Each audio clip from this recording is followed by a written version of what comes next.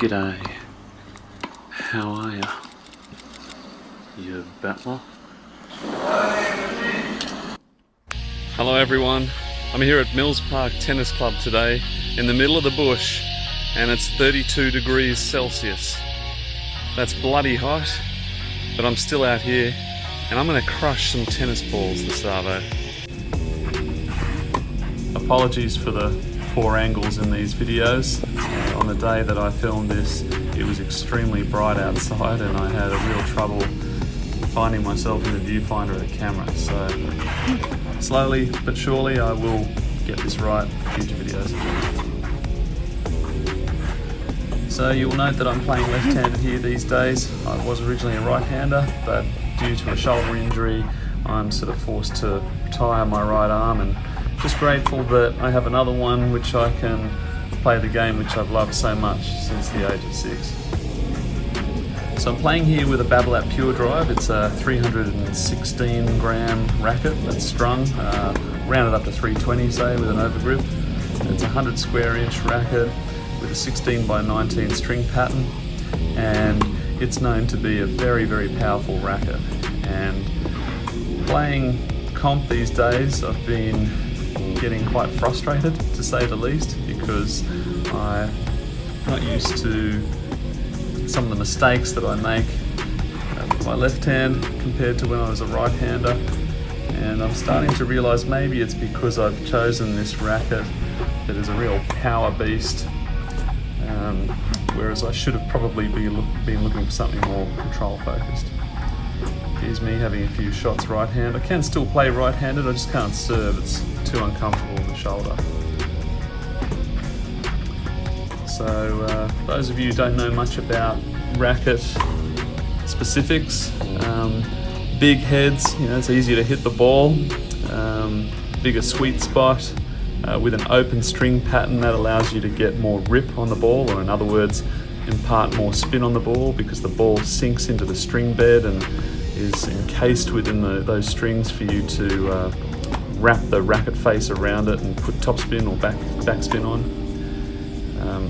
In the upcoming videos, in just a moment, you'll see I've switched to the Sampras racket.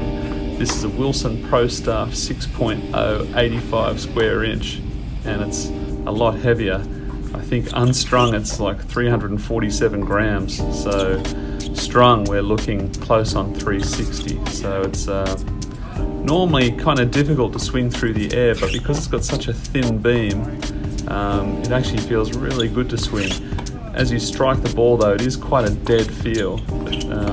My natural sort of swing is quite a powerful one. I guess just being tall, you have longer levers, and you'll just naturally impart a bit more pace on the ball. I also do a lot of exercise, and so I've just found that my natural sort of swing is quite a strong one. I like to hit the ball pretty heavy. So this racket I think control fairly well. Well, as a right-hander I can. Lefty, I'm still trying to master it. This is the first time I've hit with this racket as a lefty, but I did really enjoy it. Being an 85 square inch head, it's extremely small, much smaller than the smallest ones really used on the tour today. Tour players, I guess there's a few who will use 90, maybe 93 square inch rackets, but the majority are around 98 and 100 because they're trying to maximize power, and because they're professional, they're skilled enough that they can actually control those less control focused rackets. This racket is strung at about, I think it could be as low as 40 pounds, which sounds ridiculously loose, but again, in such a small head, relative to my Pure Drive, which is strung at around 48, 50 pounds, it's kind of a similar tension at the end of the day. So I might look at switching to a racket that is more of this nature, because I just feel like I can control the ball better. I'm prepared to sacrifice power for control at this point in my left-handed career.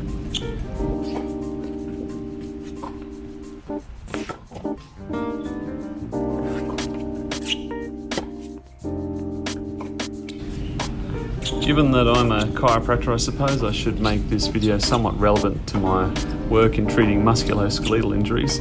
I see a lot of players who suffer both tennis and golfer's elbow.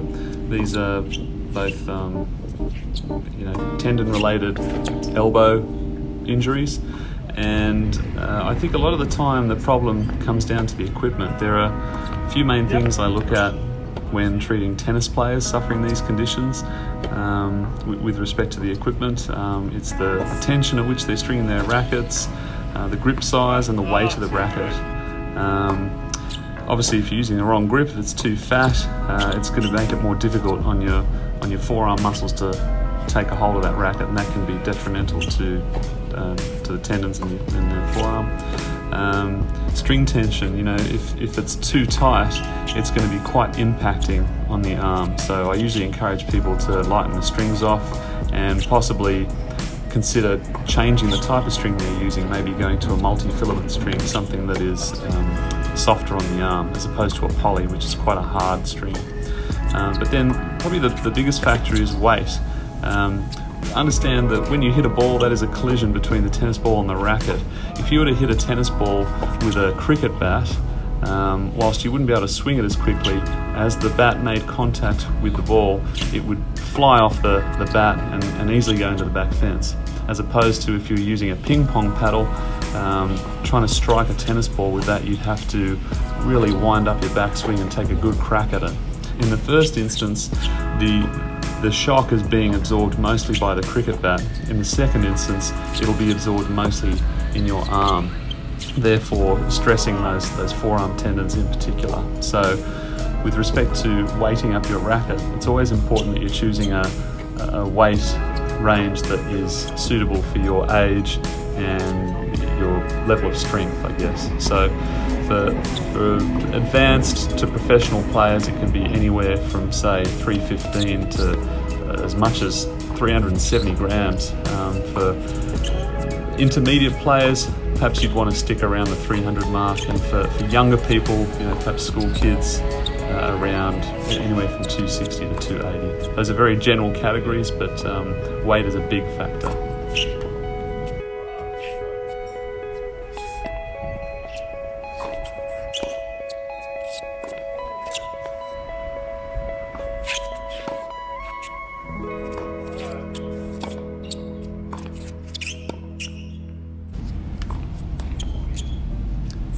When watching videos of myself playing tennis, I'm reminded of how asymmetrical the sport is, and it encourages me to keep up with my exercise routine I do.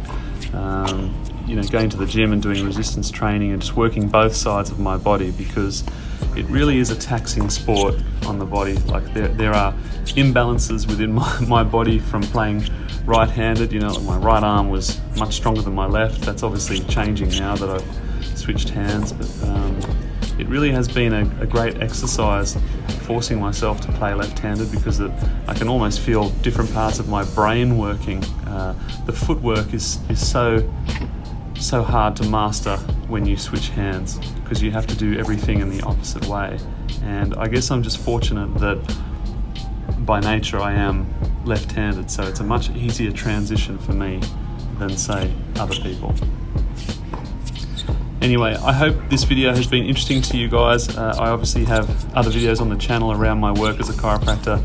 Please subscribe, and I'd love to hear your feedback as to your experiences on the tennis court, your injuries, and how I might be able to help you in your own journeys.